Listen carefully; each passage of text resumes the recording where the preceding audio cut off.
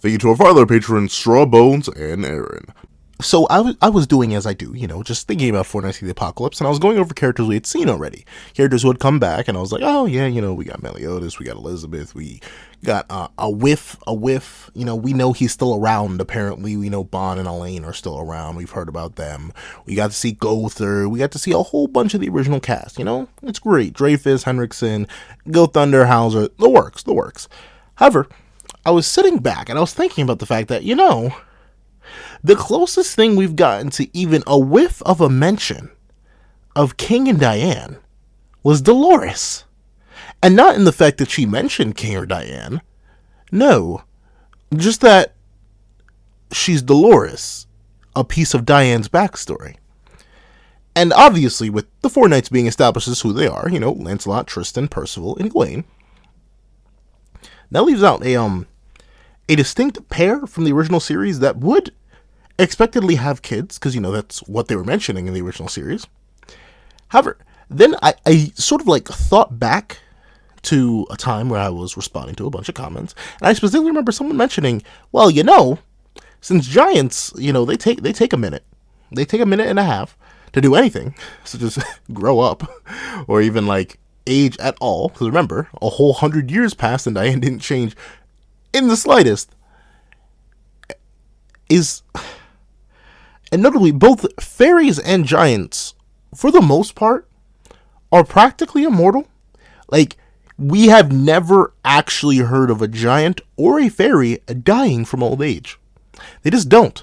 Every single fairy and or giant we've seen slaughtered was slaughtered. That was it. There's nothing else that happened. But the thing is, right? While Diane takes 15 years at a bare minimum to give birth, because giants take forever, fairies pop out fully grown for the most part. The only people we know who have not popped out fully grown were King and Elaine, because they got their wings later in life. But every other fairy that we know of pops out instantly. However, another thing to note. At Tristan's 16th birthday, not 16th, 10th birthday, we saw King and Diane in the original series. And Diane, for lack of a better term, she didn't look preggo, at all. And we don't even hear a mention of their kid. I may need to double check, correct me if I'm wrong, but I don't even think we hear a mention of a Cayenne kid.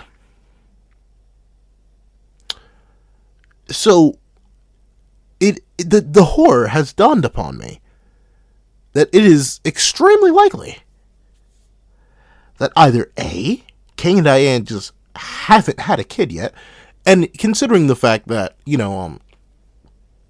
Arthur doesn't necessarily like their kind around his, this side of Britannia anymore, it is likely that these two could perish before ever having a kid, or B, Diane is still pregnant. How many years later? I don't know. Because it just feels so oddly suspicious that we haven't even gotten a whiff of their presence. The most reference we've gotten about them was that one image of all the seven deadly sins together. They're usually mentioned in league with them, but so is Escanor, and Escanor's dead. So, do you think Nakaba's cruel enough? I think Nakaba's cruel enough. How many of y'all think Nakaba's cruel enough to just be like, oh yeah, they just don't get to have one. They're just gonna perish. They're just gonna perish without ever living out that part of their dream. If it's the case, man, Nakaba's on something else. Because it's so strange why they wouldn't be mentioned.